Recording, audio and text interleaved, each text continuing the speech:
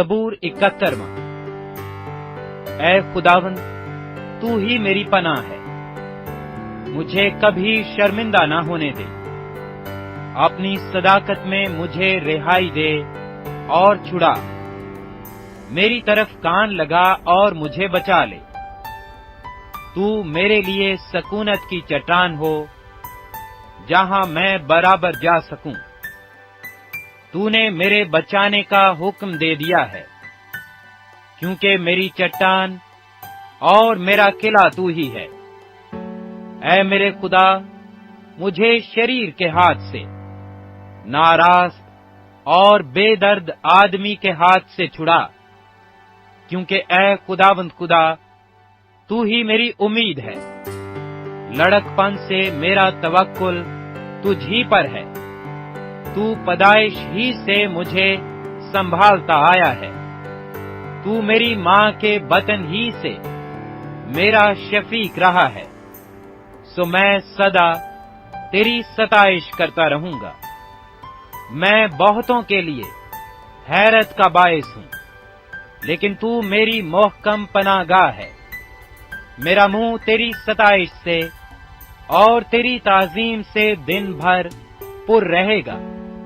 بڑھاپے کے وقت مجھے ترک نہ کر، میری ضعیفی میں مجھے چھوڑ نہ دے، کیونکہ میرے دشمن میرے بارے میں باتیں کرتے ہیں، اور جو میری جان کی گھات میں ہیں وہ آپس میں مشورہ کرتے ہیں اور کہتے ہیں کہ خدا نے اسے چھوڑ دیا۔ اس کا پیچھا کرو اور پکڑ لو، کیونکہ چھڑانے والا کوئی نہیں۔ اے خدا، مجھ سے دور نہ رہ۔ اے میرے خدا، میری مدد کے لیے جلدی کر۔ میری جان کے مخالف شرمندہ اور فنا ہو جائیں۔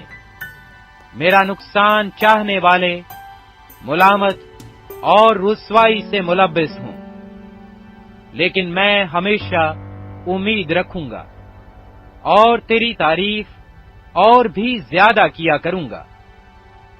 میرا منہ تیری صداقت کا اور تیری نجات کا بیان دن بھر کرے گا، کیونکہ مجھے ان کا شمار معلوم نہیں۔ میں خداوند خدا کی قدرت کے کاموں کا اظہار کروں گا، میں صرف تیری ہی صداقت کا ذکر کروں گا۔ اے خدا، تو مجھے بچپن سے سکھاتا آیا ہے، اور میں اب تک تیرے عجائب کا بیان کرتا رہا ہوں۔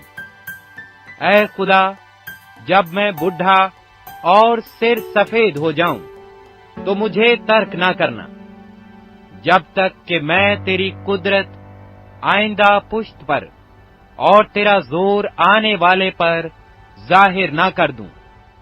اے خدا، تیری صداقت بھی بہت بلند ہے۔ اے خدا، تیری مانند کون ہے جس نے بڑے بڑے کام کیے ہیں؟ تو جس نے ہم کو بہت اور سخت تکلیفیں دکھائی ہیں، پھر ہم کو زندہ کرے گا، اور زمین کے اسفل سے ہمیں پھر اوپر لے آئے گا۔ تو میری عظمت کو بڑھا اور پھر کر مجھے تسلی دے۔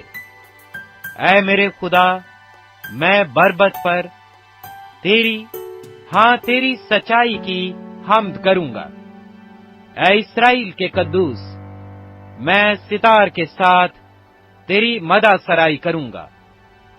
جب میں تیری مدح سرائی کروں گا تو میرے ہونٹ نہایت شادمان ہوں گے، اور میری جان بھی جس کا تو نے فدیہ دیا ہے، اور میری زبان دن بھر تیری صداقت کا ذکر کرے گی، کیونکہ میرا نقصان چاہنے والے شرمندہ اور پشیمان ہوئے ہیں۔